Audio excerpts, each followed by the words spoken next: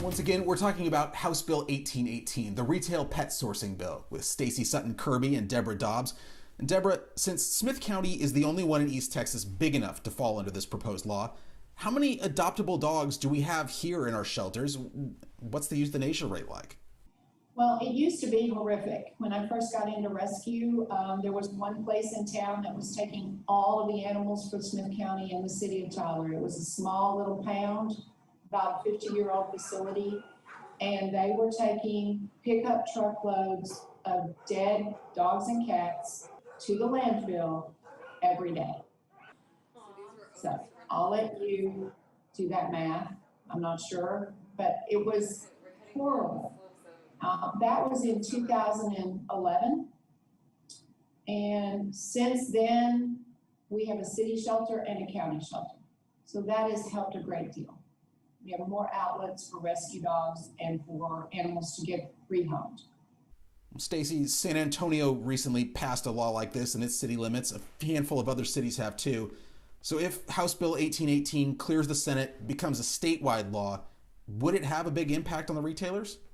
Well, what we do know is that pet supply stores, pet stores that sell all the food and the toys and all of that, they're not going out of business at all. In fact, that's the trend in the industry. There's only, I think, one of the major 7 retail pet retail pet supply chains that still sells live animals. So no, we don't see any reason why a store would have to go out of business. People absolutely adore their pets and they want to spoil them. So they're still going to want to buy all the food and all the toys and all the pet beds, all the leashes and harnesses and all of that. And they're making a killing. The retail pet supply industry is doing really well. Particularly during COVID, when so many people decided to add pets to their family because they were at home a lot more. Smith County only has one store that currently sells pets for retail. That's Petland in Tyler. Well, if this bill goes through and they start sourcing all of their pets from shelters or groups like the SPCA of East Texas, Deborah, do you think it would have a big impact on the number of dogs and cats that y'all have to take in and keep? Well, it would affect the entire community in a good way, as far as I'm concerned, because these purebred animals that are being brought in from other places are typically being purchased because the owner wants to breed them and sell them. Because we do not adopt out animals that haven't been spayed or neutered, we're stopping production. So not only are we not bringing animals from out of state, the animals that we adopt out are not going to make more animals. The animals that get adopted from places like Petland are so expensive. I almost feel like the owner's motivated to breed and sell the puppies because they need to pay off their loan to Petland. So what that's doing is bringing in out-of-state animals, and those animals are not required to be spayed and neutered. So they're making more animals from out-of-state animals, instead of letting our animals that are so needy and so fantastic have the first chance.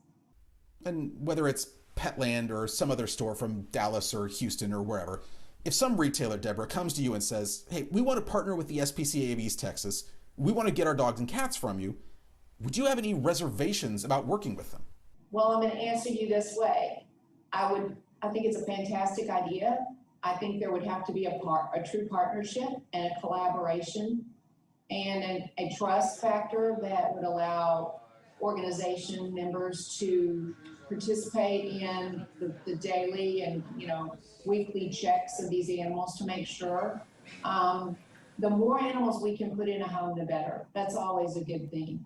I would always want to make sure that we were able to ensure they were still being taken care of in the same standards that we would want them to have. But we did partner at one time with one of the other stores in town, and we had a cattery, and we had people that went in twice a day from the SPCA, and they helped clean the kennels and feed and water, and we were assured by being there and being allowed to be there that these animals were properly being cared for. Plus it cut down on the labor costs, for the store owner. So it really can be a very profitable thing. Now, I will say the adoption fee for an SPCA dog is $150. And the adoption fee for a retail dog from a retail store here locally is anywhere from $3,000 to $5,000. So it's still a furry best friend. I don't really understand why there's such a huge markup. I think it makes people think that they're getting something really amazing. And in a lot of ways, they're getting maybe an overbred, inbred puppy. So it's just, there's so many reasons why our community should really get high behind the prevention of these retail sales, unless it's through a rescue organization. Because there's so many rescues in town right now, and we are so full. Everybody's so full. Of course, we'll continue to keep an eye on House Bill 1818. Deborah, Stacy, thanks so much for joining the show today. Okay, take care. I'll see you later.